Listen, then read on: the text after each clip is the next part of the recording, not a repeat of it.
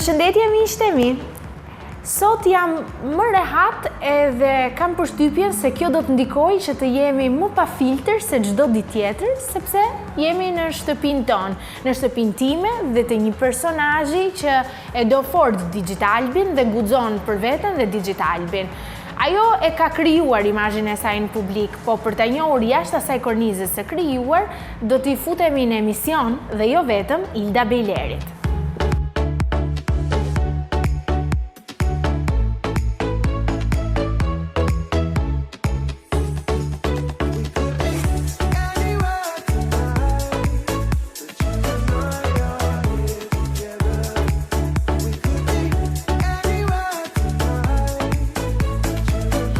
Dashur miq, përshëndetje dhe mirë se vini në Bashkëdina e Drejtë për së drejti në Super Sport për të cilët e kjo parashikimet e bastë.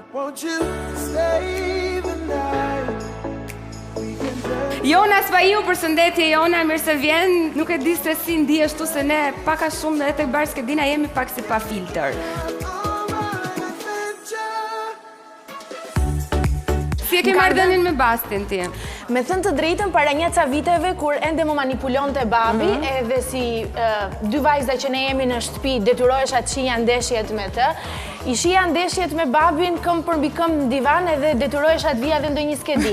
Derisa kur më njihnin në lagje si Jona që bënte emision televizion dhe që vinte skedina, aty mora fund. Në fakt ato pikat e lagjes kishin hallin tim se nuk e di nëse fat fillestari apo në i goditje kështu me shans, po gjithmonë fitoja.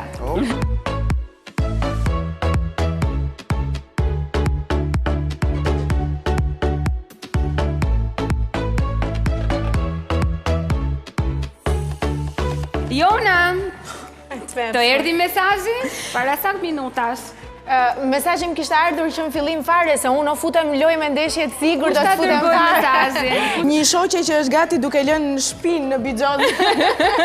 Mirë, na thuaj pak ndeshjet që të ka dhënë shoqja. Okej, Udinese, gol 3+.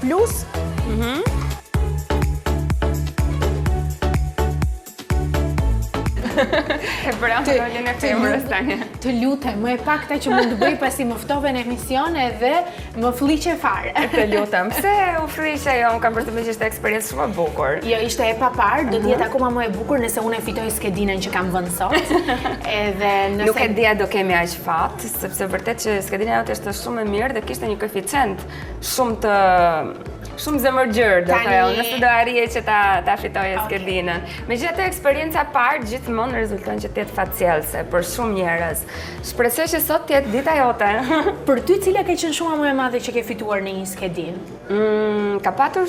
Ka patur disa raste, po e kam pak vështirë që ta them, sepse edhe gjatë kohës që kam fituar, nesërmën pastaj kam lënë dal nga dal dhe më është dukur sikur s'kam futur asnjë gjë në xhep. Ashtu? Po, shumë më madhe ka qenë deri te 600.000 lekë të vjetra, domethënë që mua më ka bërë shumë përshtypje. Para shumë vitesh. Ishte një koment aty të tipit këto gocat që shkojnë në për qendra bastesh, përfundojnë pa martuar, po ty më duket sikur nuk ka shkuar fort keq me këtë punën e sportit, skedinave edhe të vendosurit baste. Ishte thënia e Mikelës që në tha këtë shprehje, po kam përshtypjen që mua ka ndikuar mirë, nuk është se nuk qahem deri tani, por për martesë nuk e di. Ama, sido që t'jetë shkon apo nuk shkon, ti merri si pikë referimi edhe nga shumë djem për shkak të saktësisë që ke në vendosjen e skedinave dhe në parashikimin e ndeshjeve. Nuk e dia merret për shkak të nuhatjes time të mirë të skedinave, edhe pse kam vërtetuar që arrij që të kap skedina shumë të mira, mund të jem ndër lojtarët më të forta tek skedina që kap shpesh.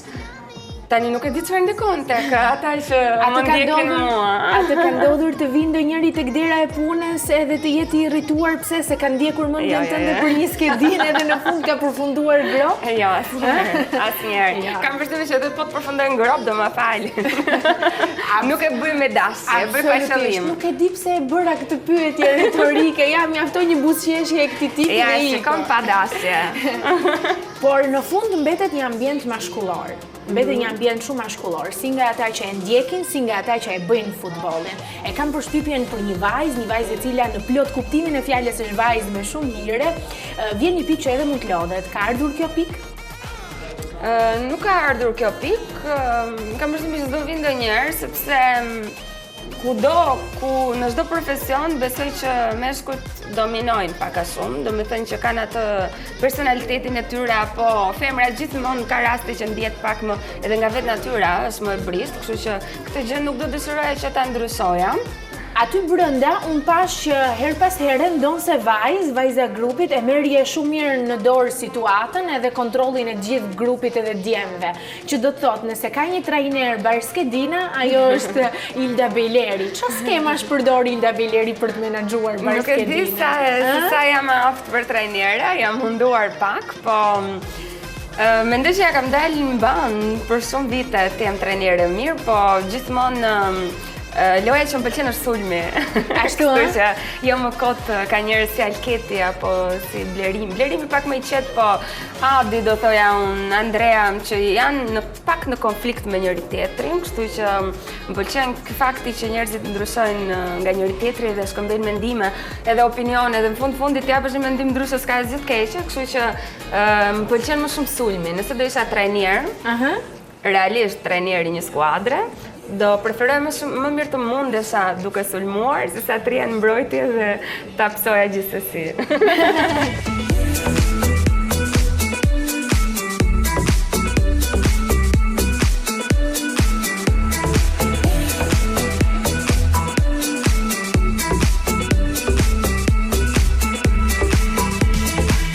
Ka një njeri që është super i ndjekur në Instagram dhe që ka interes shumë të madh në rrjetet sociale, ajo je ti, kështu që nuk mund t'i mungonte një episodi pa filter me Ilda Bejleri, një sesion në rrjetet sociale. Në fakt kjo është një risi për gjithë, edhe zakonisht personat e famshëm kanë filluar që ta bëjnë sa më shpesh të gjë, sepse është një kontakt i drejt për drejt që ti ke me ata që të ndjekin. Unë kam pak vështirë të lexoj të gjitha pyetjes që bëhen, sepse shpesh më spotojnë. Na jep një skedim të sigurt, sa po e dha tek emisioni. Shumica e mesazheve vijnë për ndeshjet apo për skedinat për Interin. Jona është tifoze e Interit. Yes, Jona, o zot, uroj mos të kesh shumë tifoza milanista, juventina ti këtu. Në fakt, nëse ka një gjë që e diferencon edhe e shuan Ildën, është fakti se je vajzë e guximshme, edhe nuk druhesh për të treguar veten, edhe atë që ti mendon edhe je në të vërtetë. Ndaj edhe më mirë se me ty. Ky është fundit i digitalëve, që thot guxo, kështu që jam përshtatur më së miri me këtë thënie, edhe në fakt të guxosh shpesher të ofron edhe mundësinë që të tentosh gjëra të reja, edhe kjo gjë gjithmonë ka pëlqyer, edhe vetë profesioni im gazetare sportive ka të bëjë pak me guximin, sepse ta startosh edhe të bësh emisione si e vetme si femër, ka qenë gjithmonë risi për televizionet shqiptare, kështu që gjatë gjithë jetës time më kanë ndjekur kjo thënia guxo, besoj që kam dalë mban të guxoj dhe t'ja dalë me sukses. Jeri për makinës pa tel në dorë, është një mbreti që më vjen gjatë gjithë kohës, sepse unë zakonisht videot e mia që publikoj në Instagram apo që i hedh nga këto videot live, bën në makinë. Edhe po duhet t'i them të gjithëve atyre që më ndjekin që i bëj zakonisht kur jam ose e ndaluar në semafor ose po pres dikë, mamin tim. Ashtu, shumë shpesh pres mamin. Ka ndonjë kusht videot duhen bërë kështu apo duhen bërë nga sipër? Nuk ka kusht të bëj tjetër, ose nga sipër ose është pothuajse e njëjta pamje, kështu që ose duhet punësoj dikë, që të merret vetëm me këtë punë, ose maksimumi që mund të jap ndjekësa është ky. Kështu që tani, pyetje tjetër që lërini komplimenta të njerëz. Ke me Messin apo me Ronaldo, jam përgjigjur shumë herë kësaj pyetje, po e them prapë. Jam me Cristiano Ronaldo, mora vesh së fundmi që Cristiano Ronaldo do bëhet aktor, sepse kishte pranuar ofertën në një nga telenovelat turke. Kështu që sa i vërtet është ky lajm? Nuk e di, ka përshtypjen që 90% është i vërtet. Cristiano Ronaldo duket se më kopjon, sepse vjen me projekte të reja si unë. Cristiano Ronaldo të kishte mundësi që të luante edhe më duket se me Angelina Jolie. Nuk e di sa e konfirmuar është 100%, po. Po, na e bërë shumë serioze dhe komplekse situatën. Angelina Jolie me Cristiano Ronaldo, por që luajnë në Turqi në një telenovel turke. Kjo është një telenovel portugeze më vete, Është telenovel më vete, vërtet, po. Prandaj dhe më ka pëlqyer gjithmonë Cristiano Ronaldo në krahasim me Messin, duhet ta shpjegoj këtë, sepse është një nga ato njerëz që guxojnë në jetë dhe bën eksperimente ndryshme, edhe për sa i përket skuadrave. Dëshirojnë që të eksperimentojë gjatë gjithë kohës. O 50 Shades of Digital, thot Armand Nerguti. E përshëndesim, faleminderit. Ka qenë një eksperiment shumë i bukur, një risi për digitalin, po edhe për gjithë spotet në përgjithësi. Jam shumë e lumtur që është pritur shumë mirë si spot. Edhe ka qenë një guxim i jonë që rezultati ishte sukses, duke patur parasysh që lidhem edhe me Shën Valentinin, edhe me ofertën e digital, besoj që i ka pëlqyer gjithëve, sepse kam dëgjuar komente shumë të mira. Po, çfarë i ke thënë njerëzve të afërt, të tipit familjes apo miqve të afërt përpara se të dilte spoti? Kurioze jam. Tani, por vetë se prindërve të mi, ka pëlqyer gjithëve. Të vetëmi persona që kishin pak kritika ishin prindrit e mi, po në fundit unë jam personazh publik, kështu që u mundova që t'ja shpjegoj edhe t'i them që televizioni është kështu edhe në qoftë se ke profesion diçka të tillë dhe duhet të bësh një spot apo diçka, ti duhet t'i japësh publikut atë që kërkon edhe të përshtatesh, kështu që besoj që pasi që cova e kanë marrë pak më lirëshëm. Një nga kritikat e mamas time ka qenë që babai si do shkoj tek loto. Tek loto po shtëpis. Se babai mi preferon shumë skedinat. I them babait që mos duket disa ditë tek loto të lagjes. Deri në momentin që jepet reklama. Bëshaka nuk ka zë të keq që ishte shumë artistike dhe diçka shumë e lirë. Single je, thot Mario Begaj? Si ishte kjo? Mario. Po Mario. Ti Mario nga Super Mario. U kënaqe ti Mario nga kjo përgjigje Ildës, unë jo për vete.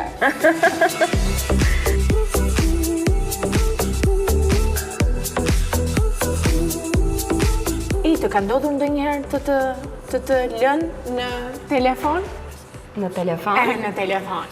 Se me qënë se na e kujtoj të lënë nurit nga i dashuri. Asnjëherë, nuk besoj që dikush mund të lihet me telefon.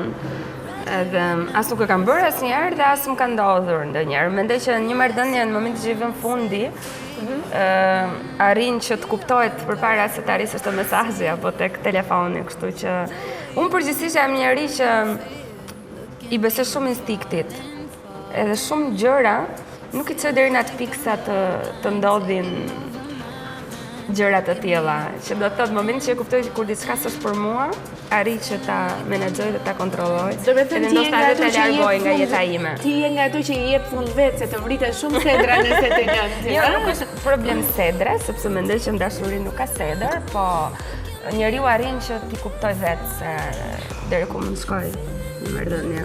O Ilda, me të propozu për martes, çfarë thua? Çfarë duhet ketë një mashkull që të impresionoj ty? Kjo pyetje $1.000.000 se. Çfarë duhet ketë një mashkull? Po ku mund të jetë mashkull pra? O Ilda, kur Akili e dinte që pikën e tij më dobët dhe kishte të themrat, çfarë drejshin donte që shkojnë luftë me sandale. Po tani do të dëshirojnë që ta lidhësh me mua këtë pyetje apo pika ime do? Ti gjithmonë e përgatitur shkon? Po prandaj te spoti kam dalë pa fustan. Shpesh. Aktualisht jam në Kinë, thot njëri. Dhe kinezët i ke lënë pa fjalë me ëmbëlsinë tënde. Si është ëmbëlsia e kinezëve? Si duhet të jesh që të pëlqejnë kinezët? Nuk e kam parasysh. Duhet të kenë gusta të tjera. Duke marrë parasysh orizin e bëjnë pa vaj, pa gjallë, pa kri, pa asnjë gjë, nuk besoj që duhet shumë për të impresionuar kinezët. Ke bërë operacion plastik, thot Ilda Prifti. Po pra se pas ka dhe emrin sion. Nuk kam bërë asnjë operacion plastik. Nuk mendoj që kam nevojë. se... Ja, mund ta shohësh më mirë se Po jemi, na ka bërë mami kështu, mirë, kështu që mendoj që jemi më mirë kështu, edhe me ndonjë defekt vogël, po ndoshta kjo na e bën të veçantë. Kështu që është më mirë të jesh e veçantë edhe me ndonjë defekt se sa të jesh perfekte edhe njësoj si të gjithë tjerët. Kush ka qenë momenti më i sikletshëm tek spoti, thot, si dam përgjigje? Po, një nga momentet më të sikletshme ka qenë dushi. Aha. Sepse duke qenë se ishte vaska me ujë, do të thënë ishte dushi aty, kishte edhe shumë ndryqim. Dhe aty kalonin, ishte, do të thënë, mund të zinte edhe kurendi, se kishte kabla dhe gjëra të pafundme, dhe një moment ne ishim kështu, bobo mos na zër kurendi, nuk e kishim mendje fare tek skenat. Mbyllë live-in thot njëri se na le papa interim. E po mirë që pas ka drejt, pas ka një arsye shumë të mirë. Tani po e mbyllim. Se realisht ju lam pa parë ndeshje. Kështu që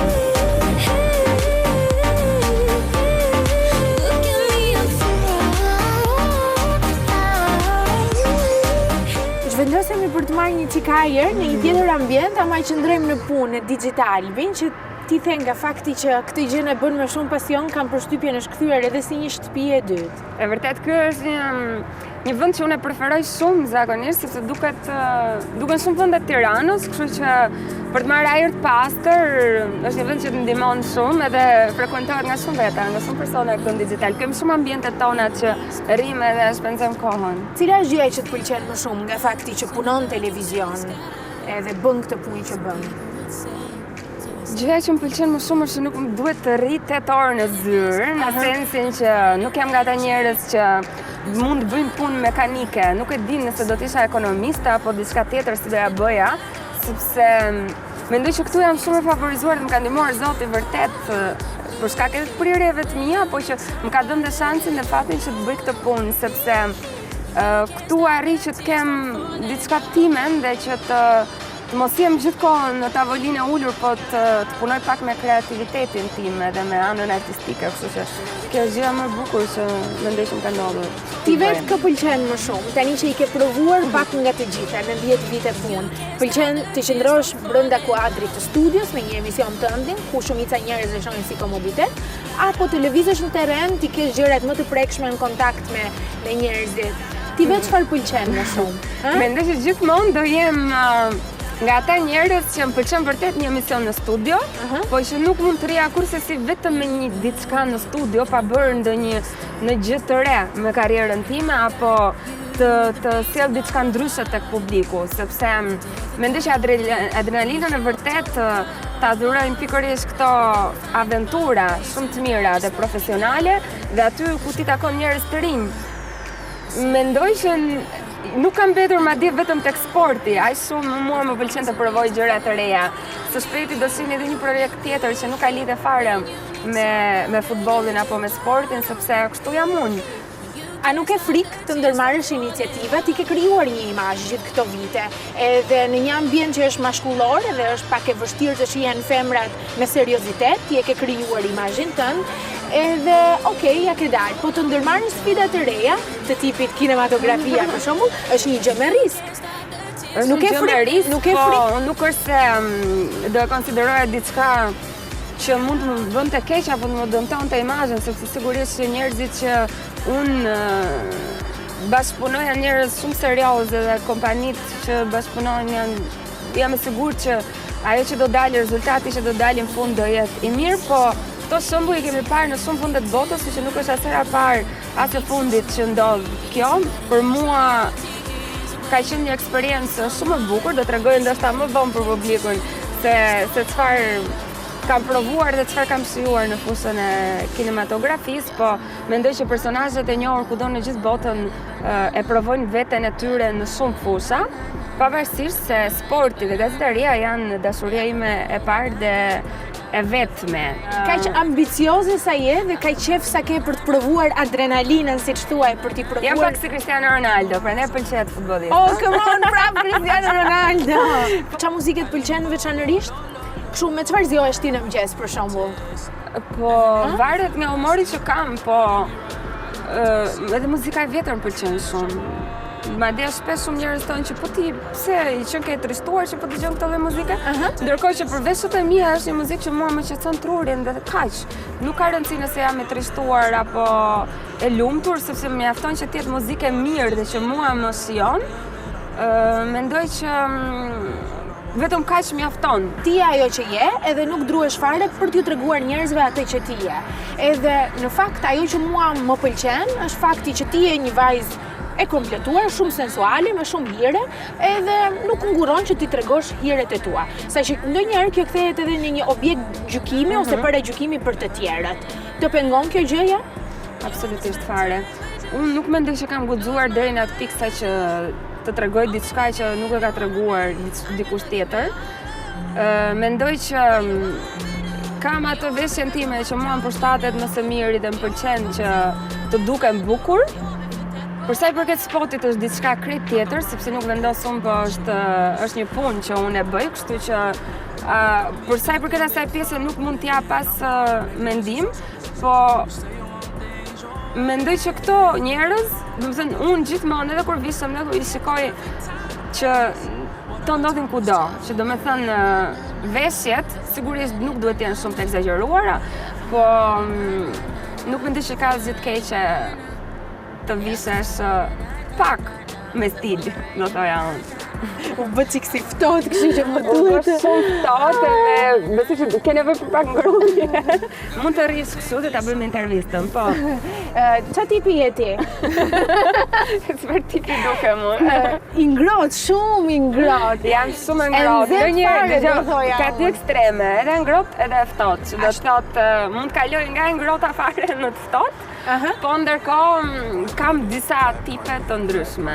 Një gjë më trego se këto gjërat e tjera i dim për faktin që je e guximshme dhe ke çfarë tregosh drejt që e mori, pse mos ti tregosh. A do doje të ishte me vërtet ai çuni me cilin bëre reklamën, ai të cilit i afroheshe ai shumë? Po mbetemi te Cristiano. I bën shumë mirë këto reklamat. Kush do jetë Hapi Radhës? Hapi Radhës mendoj. Kaq ambicioze sa je, kam përshtypjen gjërat janë të menduara për atë që mund të jetë edhe Hapi Radhës. Një objektiv. Nuk besoj që çdo njeri mund t'i llogarisë gjërat tamam edhe të jetë i sigurt për ato që do ndodhen në të ardhmen, sepse nuk ka arritur askush ta bëjë diçka të tillë. Ndryshe do gjesh gjithë ndeshjet tek skedina, kështu që nuk jam më parashikuese e zonja, po besoj që projekti i kinematografisë do të jetë i ardhshëm, që mendoj që do të pritet shumë mirë nga publiku. Kaq. Në fakt, përveç me jetë, gjithë kanë interes të njohin edhe të shohin Ildën, megjithse filloi interesi që nga reklama Digitalbit, që duan të dinë vazhdimin e reklamës me seri. Aty kam pak aktrimin, kështu që aty kam qenë në duel madje me aktoren kryesore, kështu që duke marrë shkas nga provë shumë e vështirë, test shumë e vështirë, mendoj që do e dalë mban dhe tek filmi gjithashtu. Po, patë mundësinë që për disa minuta ta njihnim Ildën pa filtr, megjithse është nga ato vajzat që filtrat i vendos për ju sipas dëshirës. E rëndësishme është që këtu brenda është pa filtr fare. Kjo është gjë më vërtet që ka thënë në emision. No! Të siguroj për këtë. Është shumë e vërtet, por realisht që mendoj që një jetë pa filtr është një jetë shumë herë më e bukur, sepse jeta është shumë e shtrenjtë, edhe jetojeni atë pa filtr.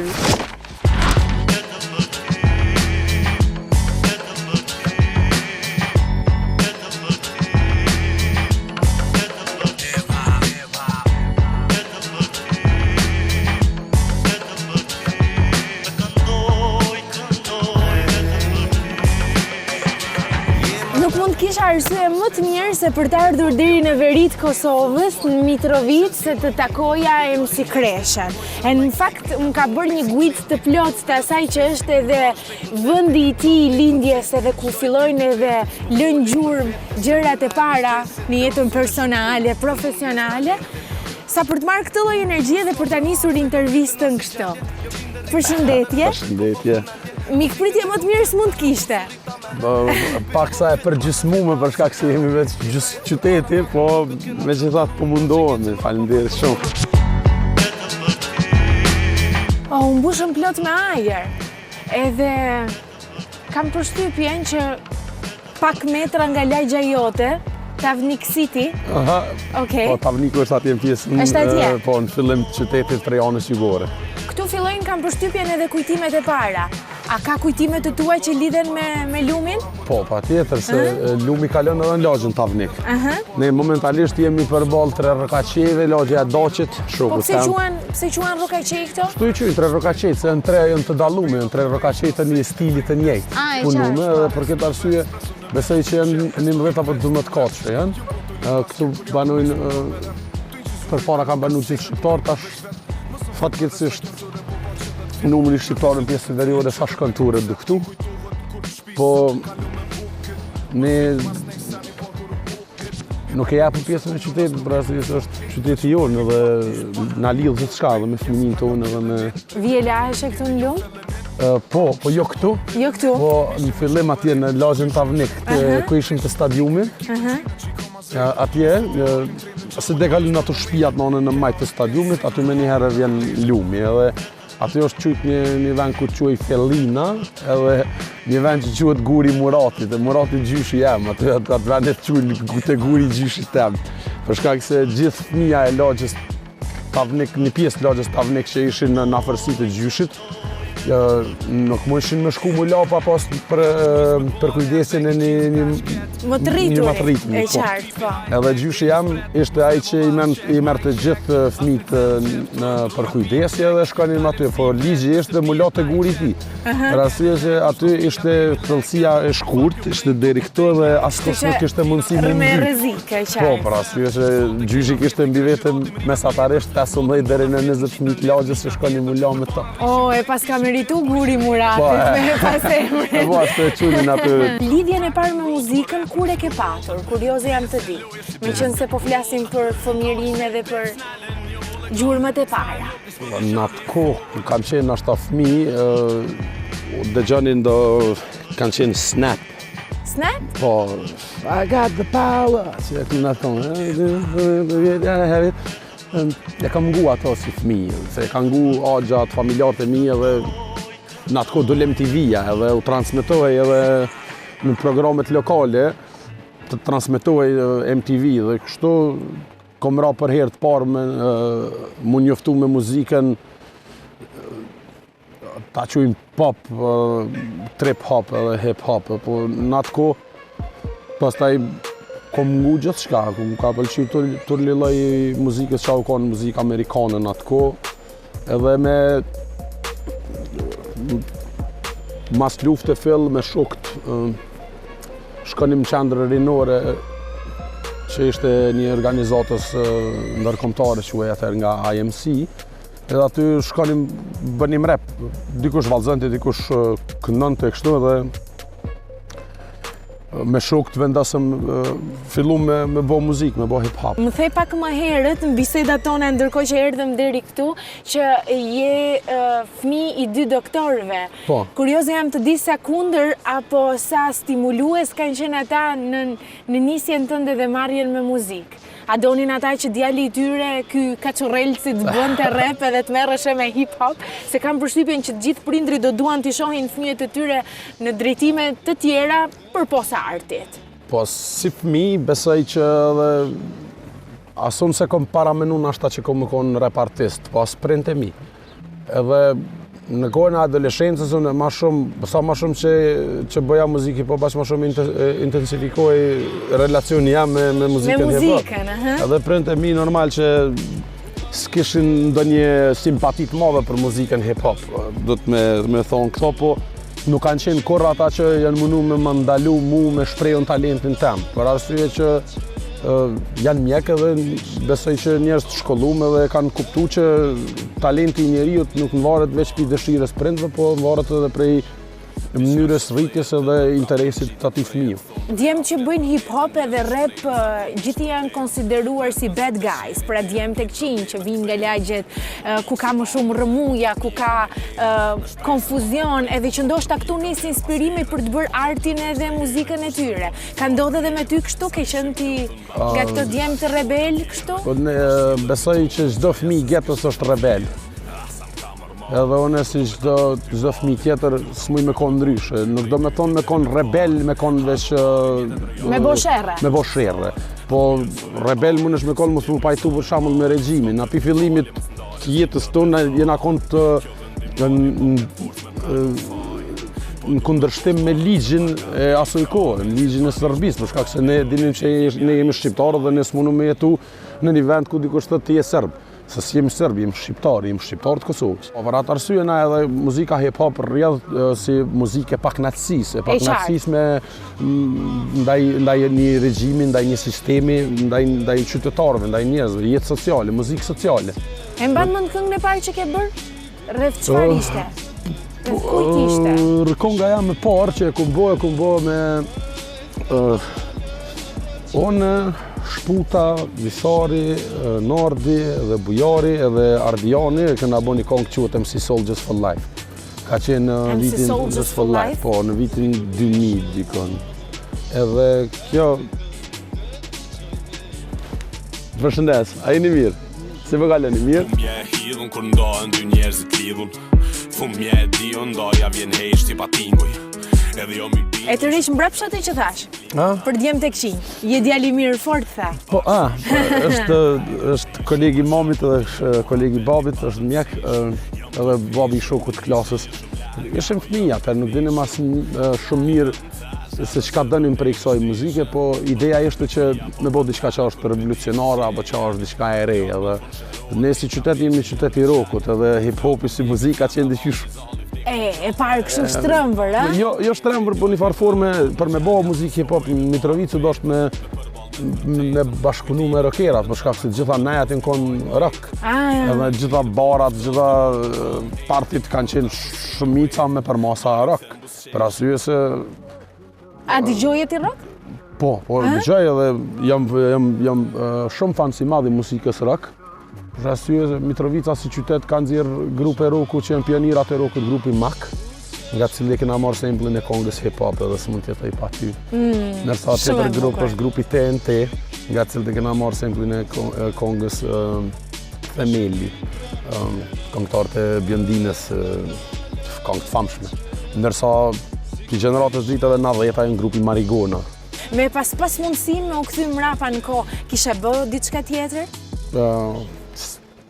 Nuk e di, unë jam njëri praktik. Që do të thotë? Që do të thotë nuk besoj që muna me kthy kohën. Edhe nuk e bëjat mendim me hima. As nuk e qana për me? Jo, në qatë moment që janis me menu me kthy kohën me bo diçka ma mirë, atëherë i bjen që je i paknaqën me ato që aki. Nuk nisan që s'munu me ndryshu, kur është koha. Dhe për atë arsye nuk menej kur o qysh i shkon si kurse kështu, o qysh i shkon, ja lo kohës. Më trego sfidën më të vështirë që ke patur në këtë biznes, ose në atë që ti e konsideron punën edhe jetën tënde, se gjithçka rrotullohet rreth muzikës që ti bën. Problemin më të madhin e kena pas ndoshta me mujt me depërtu në tregun e njerëzve, me mujt me pas veshin e njerëzve. Se s'munësh me dominu zemrat e njerëzve pa e dominu veshin e njerëzve njëherë. Edhe si ide, domethënë të na, gjithmonë ideja u konë, dëgjëm se kom diçka për me thonë, dhe unë kom bo hip-hop 10 vjetë në për rrugë, deri sa ka ardhë koha mungu dikush me thonë, më si kresha bëdel në televizor, ko ka që kënjeri, po egzistoj ka. A ishin gati njerëzit me dëgju muzikën tate? Sot po, për në atë kohë ashta edhe jo, për shkak se në vitin 2003 unë kom bo mixtape-in e parë me MC Records. Edhe aj mixtape, do me thonë të kënalesh e këshyrë, në vitin 2003 me bo mixtape, njerëzit në atë ko bënin albume dhe mendoni që ishte album, veç album, dhe mixtape, ata i bënin kongë si kurse në mixtape dhe i thënin album, nërsa përdornin instrumentalet hujat. Në qatë moment që ti të përdor instrumentalet huja, ajo nuk është album, ajo është mixtape. Dhe ne ashtë nëzërëm me MC Records, nëzërëm mixtape-in e parë, volume nishën, por normal, rruga në ngoj kjo shumë, po mediumet nuk ishin nashta edhe informacion duhun për neve, apo nuk ishin nashta edhe interes të madh për me promovu muzikën hip-hop, se thoni na këta janë rrugaç, muzikë rrugës, jo. Nuk ishte nashta më me thonë edhe koha e duhun me servir të tillë produkt. Po, besoj që Tani nuk është më problem për shkak se edhe YouTube e ka bot vetën. Në atë kohë s'ka pas YouTube, në atë kohë ty dashtë më shumë më lut dikujt në televizion për me transmetuar nëse jam njëri tillë. Kush ka qenë sakrifica më e madhe që ke bërë për të arritur atë që ti do? Po nashta që se kom kry fakultetin, e kom gjuhë profesionit tem muzikës, edhe në farë forme e kom sakrifiku jetën teme personale, private, për jetën teme karrieristike. Edhe besoj që nashta qëto është ajo farë sakrifica që mundu me thonë, për shkak se nashta sot kisha mujt me konë naj shambull psikologi, diplomum, apo ekonomist, apo jurist, apo mërë parasysh shka dhe... Të vjen keq për këtë? Po më vjen keq, sidomos kur e di kapacitetin tem dhe nina një farë forme i përgjysmum nëse nuk e marrëj fakultetin.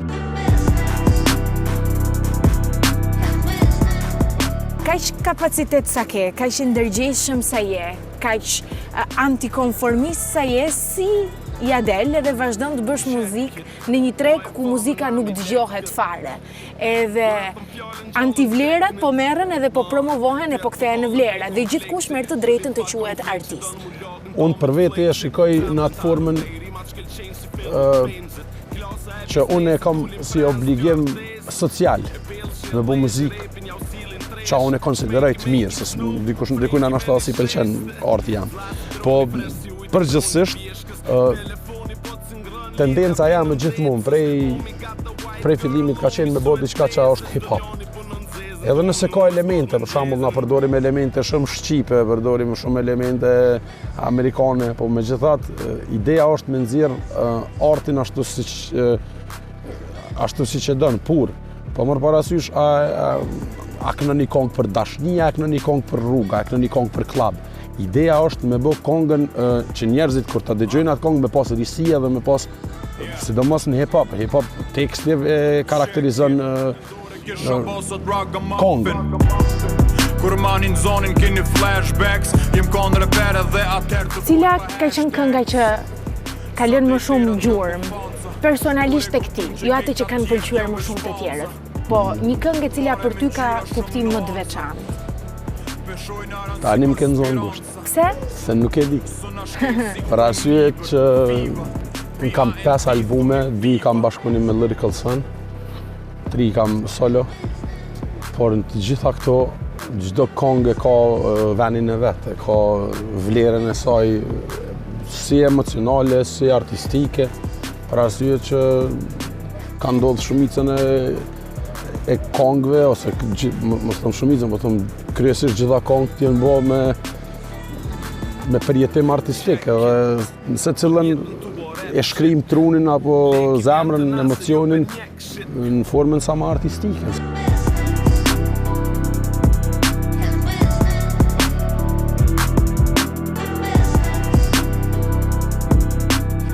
Me qenë se si gocë Tirane që jam, nuk i bëra do të ballë të ftohtit lumit Iver, që është Mitrovic, mendoj MC Kresha të vinim në një ambient më të mbyllur, po ku atmosfera qenë ka fantastike. Jemi përsëri në Mitrovic, në një vend që sjell ndjesi dhe emocione të veçanta për ty, edhe gjatë gjithë rrugës shoh njerëz pafund që kërkojnë të bëjnë foto, që kanë një lloj afrimiteti me ty, edhe duket që ti se ke humbur në asnjë moment modestin, pavarësisht gjërave që ke bërë dhe ke arritur deri më tani. Është ligj, ta them ligj social etik i njerëzve këto që jetojmë, kemë pa marrë parasysh sa mundet me arrit dikush prej neve, gjithmonë do të me qenë një me popullin. Kush të mban ty me këmbë në tokë? Besimi që kam ndërgjegja. Besoj që ndërgjegja është dinamo e çdo sjellje të njeriut. Në gjithçka ke krijuar deri më tani në muzikë, më duket si një mozaik i vërtet. Kaq shumë kompleks. Njëherë në një lloj profili, njëherë në diçka tjetër, pastaj përfundon me një gjë tjetër. Ti vërtet si je? Në sensin ku flet ti më mirë? Se di, unë për vete mundona me bosa ma shumë lirik urbane në këngët të mia. Po kryesisht ma shumë më flenë shpirtin muzikën trap hip-hop, po këtu të na do të njeriu, nëse e qujmë tash ato kompromis, kompromis me vetën për arsye që nashta njerëzit nuk janë gatshëm me ngu muzikë veç trap. Po dëgjoja tani këngën e gjurmëve edhe më rikujtua bashkëpunimin që ti ke bërë me gjurmë.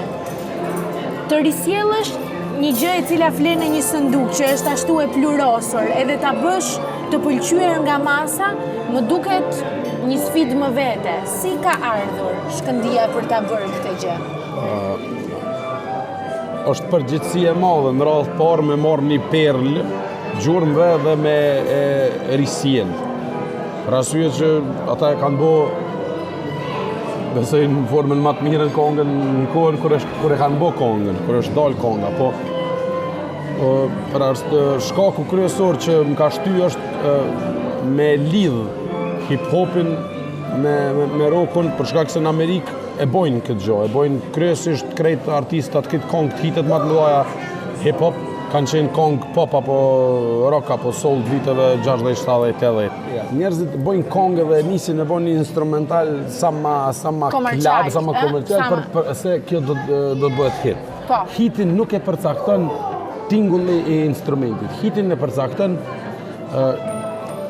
vola e krijuar prej aty në tingujve, si e marrin njerëzit, a e përqafojnë a nuk e përqafojnë njerëzit atë kongë.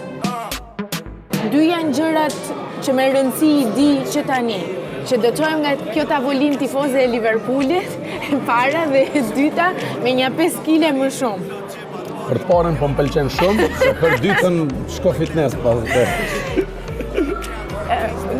Përpara se të shkojmë te Liverpooli, se e di që aty do fillosh të flasësh me pasion shumë të madh, me cilin fole edhe kur kamerat ishin fikur, më tregoj një çik çfarë pëlqen ty të hash.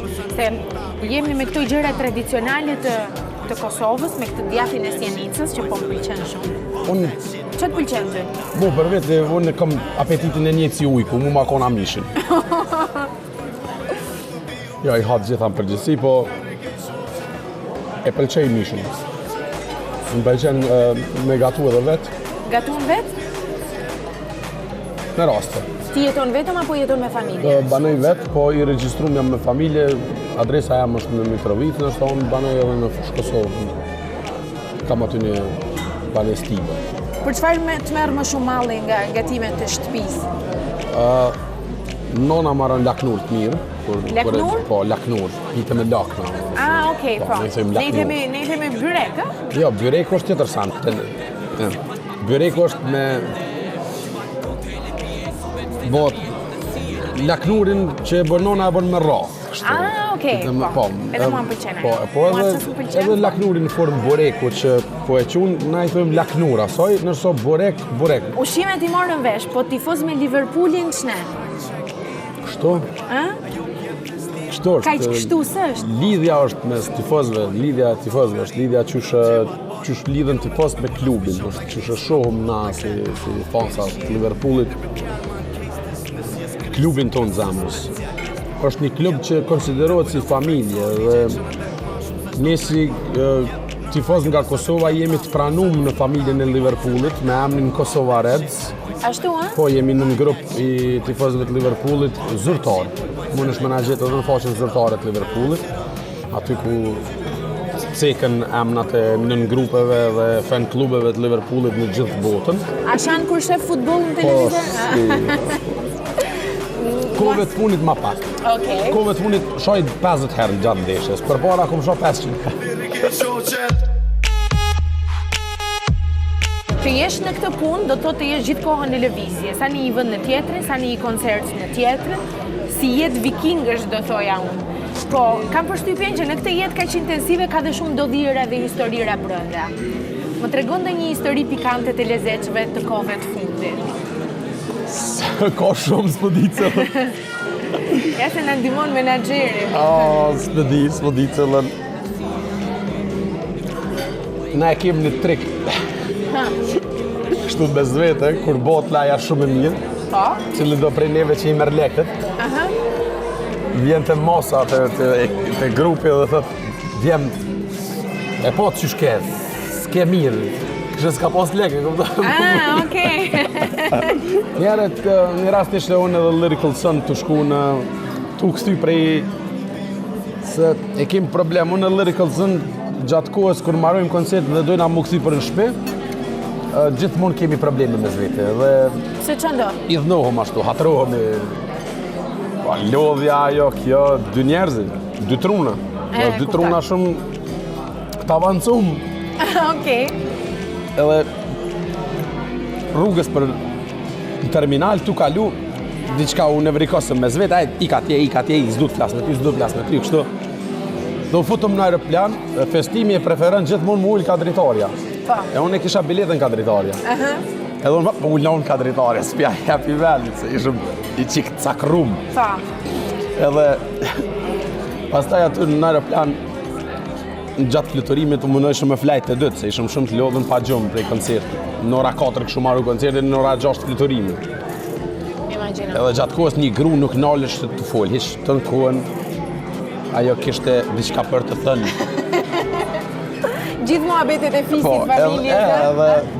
Edhe dikur u këthy bële festimi, u pajtu bate dhe u këthy më këndër asaj, fillum. Se tha ju këngëtar, thas, hiç s'pë na bërni laf. Do të muhabet? Po, u këthy bla i dha, po si me bo laf, ti s'pe lel me pol kërkon në aeroplan. Rofta jo gruja, pra? Po, na pajtoj, na pajtoj. Po nëse shkon për shembull në një fest, një koncert, një party, kudo, edhe sheh që turma nuk të përgjigjet, të tipit nuk janë humorat ditë ose nuk reagojnë, janë të lodhur. Si ja bën? Ndikon kjo në energjinë tënde? Kthejna ka festimin, ai kthehet ka on dhe knojmë njëri tjetrit. Vërtet? Apo po tallet? Jo, s'po tallem as pak. Këtu futet një çik edhe roli i psikologut për me ditë me menaxhu veten edhe reagimin e vetes ndaj turmes. Po në fund të ditës, pas gjithë këtyre angazhimeve, këto orët 4 të mëngjesit që nisesh pastaj në orën 6 për një fluturim tjetër, e me qenë prap prezent në për intervista, me pas edhe jetën familjare, me pas edhe jetën personale, e me pa dhe futboll në fund të ditës, a ka në një moment që thua do heq dorë nga kjo gjëja se jam i lodhur? Po, ka, si çdo njeri, po besoj që motivimi është më i madh për me vazhdu sesa për me heq dorë dhe kjo është një nga arsyeve kryesore që na vazhdojmë. Pa marrë parasysh lodhjen apo rrethona të ndryshme, për shembull udhëtim me njerë mas koncertit, anajsan, është profesion tek e fundit. Do të me kuptu për shembull një minator që punon 900 metra nër tokë, ose do të me kuptu një zjarr fix që e zgjojnë 4 mëngjes me marrë kamionin e zjarr fiksave dhe me shku me shpëtu jetë. Çdo punë ka specifikat e vështirësitë e saj. Po, dhe për këtë arsye çdo punë respektohet, unë i respektoj shumë punëtorin. Kur ke kohë të lirë, çfarë bën? Shikoj futboll. Pse ishte e pritshme kjo përgjigje? Sepse kam gjaketën e Liverpoolit të veshur. Si ke qenë fëmijë protagonist që kishe qef për vëmendje? Se di, me sa e majnë men, kam qenë fëmijë lasdrum edhe kam qenë fëmijë shumë i gjallë. Edhe nuk ke munu kur me dominu, po gjithmonë jam kon pjesë e rëndësishme. Për shembull, kjo mu me marrë një shembull thjesht kur na kon të vegjël gjithë dalin të lunin sulmusën dhe ja të bëja shaportier. Në kupton, s'kom pas nevojë qëllimi me kon protagonist. Po unë them që të vazhdosh ta hash këtë peshkun se usto edhe të lash pankra. Se pekqyri non stop. Po. Faleminderit.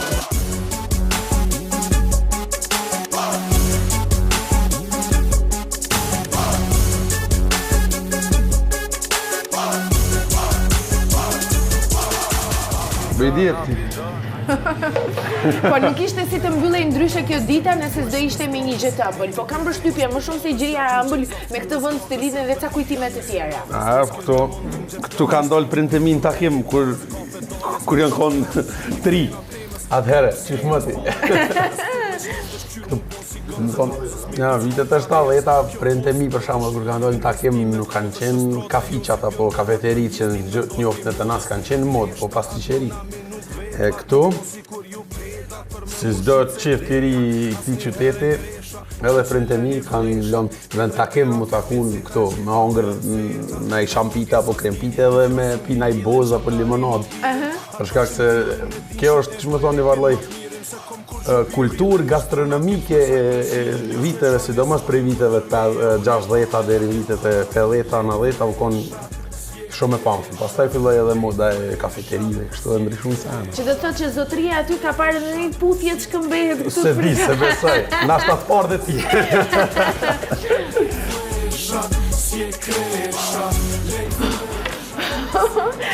Nuk ka më vënd. Jo, mos si s'ka vend, kjo vica kella fillu, akuba se ke hongër indionkën, shpinën e kaprollit. Këto e në gjonat që... Nuk kom thonë freshat milion, po as shaj sot tu jaulon, keni me mlyp ma vonë beson, Love, kjo dashni. Dashni në shijet parë është boza për mu. Po më thëllën në vëndin ku prindrit e tu kanë bo takimet e tyre të fara, po më shpëtove Na shta të para jo është. Mirë, okej, takimet e tyre romantike, po më shpëtove sot pa të pyet për jetën personale. Që duhet të ketë një vajzë që të bëj përshtypje ty? Tjetë vetja. Po si duhet jetë vetja vetë, që të Ajo impresionon duhet ta ty? Që t'impresionon ty nga një femër? Po mos me pas për shembull fasadë, se do me ndërtu një relacion me një njeri, për me kriju me to familje nuk do të me pas fasada. Se herdo kur do edhe shtëpia fasadume, i bjen fasada dush me rifasadu. Si do ishte takimi i parë ideal për ty? Ku e çon ti në takim të parë? Në bazen, pishin. Në pishin. Direkt në pishin, direkt e zhveshi. Jo, se kam punën për të zhveshur. Dhe kam punën që kur t'lahesh aty do bie make-upi. Dhe shihet ashtë të bukur vërtet apo jo. Oh, sa i keq. E thash në formë Sa i talë. keq. Sa i keq. Pas një ca vitesh familjen tënde ku do ta ndërtosh? Ku mendon ti ta ndërtosh? Në Prishtinë, në Mitrovic, në Tiranë, diku në Europë? Si e mendon ti? Mu të mendoj. Se mendon?